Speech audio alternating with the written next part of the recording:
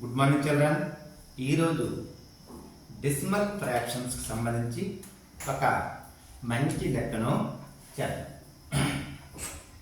4137 divided by 1.75 equal to 2364 అయినప్పుడు 41.37 divided by 17.5 విలువ ఎంత?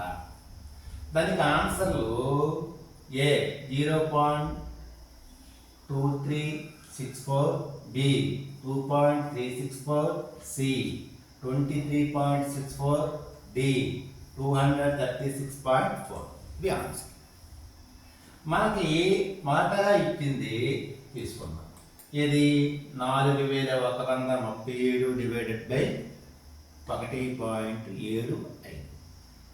దీన్ని మనం భిన్న రూపంలో కూడా రాస్తుంది. 4137 బై 1.75. ఇప్పుడు చూద్దాం. ప్రతి ఈక్వల్ ఈ 4137 ఏమైంది? 41.37 అయింది.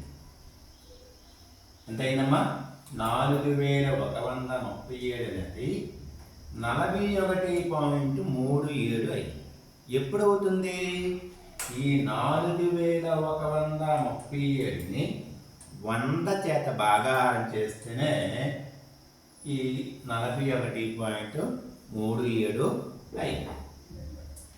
చూడండి, ఈ 1.75 అనేది ఏమైంది? 17.5.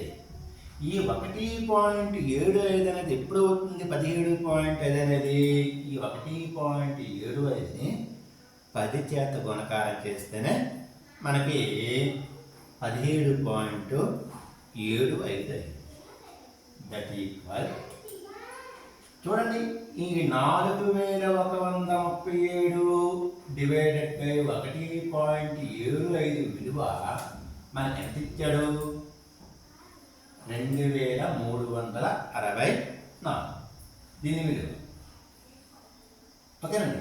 ఇప్పుడు ఏమైంది? టోటల్ మనకు కావాల్సింది ఏంటి? 41.37 డివైడెడ్ బై 17.5 విలువ కావాలంటే దీని విలువ కావాలంటే మనం ఏం చేసాం? ఇక్కడ హారంలో 100 × 10 అంటే 1000 చేత దీన్ని భాగాహారం చేసాం.